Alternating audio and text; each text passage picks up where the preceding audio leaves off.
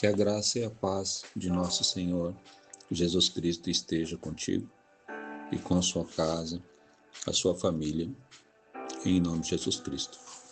Quero compartilhar um estudo em que o tema é Por que o sangue?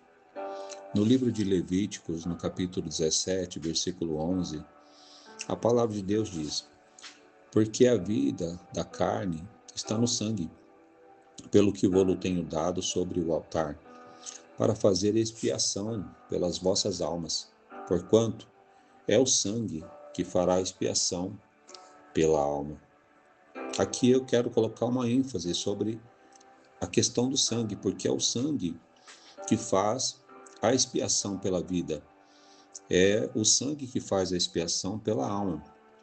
Aqui nós temos um princípio, que é o princípio da expiação. O ponto de partida, o início da necessidade da expiação. O ato da expiação traz a retirada, a remoção do pecado, gerando a reconciliação com Deus. É fundamental trazermos à memória que estamos tratando de lei espiritual instituída por Deus. O Deus que tem todo o poder, o Deus que está 100% em todos os lugares, o Deus que sabe todas as coisas e de forma perfeita e atemporal. Eu gosto dessa palavra, atemporal. Passado, presente e futuro. Observando melhor a onisciência, Deus, ele sabe todas as coisas. Ele sabe tudo o que aconteceu, tudo o que acontece e tudo que irá acontecer, em tudo e em todos. Este é um atributo de Deus. Sempre houve a necessidade de praticar o princípio da expiação? Não. Não havia o princípio da expiação no Jardim do Éden, até que a queda do homem pelo pecado aconteceu. O dia que surgiu a necessidade da expiação está registrada lá no livro de Gênesis, no capítulo 3, versículo 6. E viu uma mulher que aquela árvore era boa para se comer, e agradável aos olhos, e árvore desejável para dar entendimento. Tomou do seu fruto e comeu, e deu também ao seu marido, e ele comeu com ela. Neste dia, entrou o pecado no mundo, inaugurou o tempo da culpa, a separação de Deus, a morte física e espiritual, a necessidade de uma nova lei. Então, vem o princípio da expiação. Em Gênesis, no capítulo 3, versículo 21, a palavra de Deus diz: E fez o Senhor Deus a Adão e a sua mulher túnicas de peles, e os vestiu. A definição da expiação: o sangue de um inocente remove a condenação do culpado pelo pecado cometido. Para que Deus fizesse túnicas de peles, ele teve que então matar um animal e derramar o sangue de um animal. O sangue remove a condenação, mas causa consequências. O pecado causa consequências. Para Adão e Eva, uma das consequências foi a de serem expulsos do jardim de Deus. De Adão a Moisés, Deus estabeleceu a doutrina da expiação, com o local escolhido para o cumprimento da lei.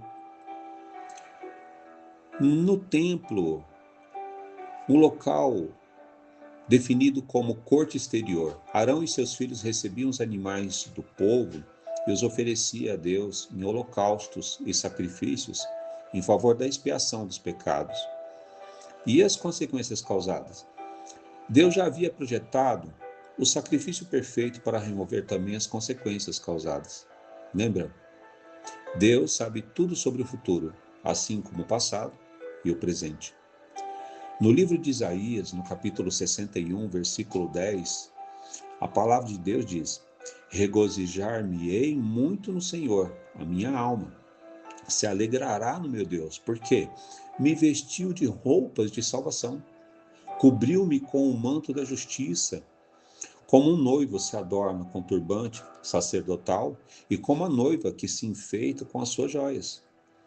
Então aqui nós vemos um Deus que nos traz salvação manto de justiça e casamento.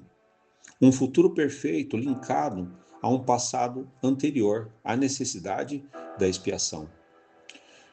No livro de 1 Pedro, no capítulo 1, versículo 18 e 20, vou pegar alguns trechos somente, em que diz: Fostes resgatados com o precioso sangue de Cristo, conhecido ainda antes da fundação do mundo. Veja, uma nova informação, que o sangue de Cristo, que já conhecido na morte de cruz, ele já estava projetado por Deus antes da fundação do mundo. Este foi o sangue que encerrou uma etapa. No ano 70 depois de Cristo, o Império Romano destruiu o templo e encerrou-se o sacrifício de animais pela expiação. Junto deste fato histórico, não há mais a necessidade de expiação de pecado, porque Cristo foi a expiação perfeita. O sangue de Cristo, derramado na morte de cruz, vem com o poder sobre o passado, sobre o presente e sobre o futuro, dos que receberam a remoção dos pecados expiado no sacrifício de Jesus Cristo. Agora, é preciso entender como receber essa remoção de pecados, de fato e de verdade. É preciso acreditar em Deus, acreditar na sua palavra, aceitar Jesus Cristo como seu Salvador. Este estudo te fez bem? Faça uma oração a Deus agora e fale para Ele sobre o que este estudo gerou no seu coração. Que Deus te abençoe. Graça e paz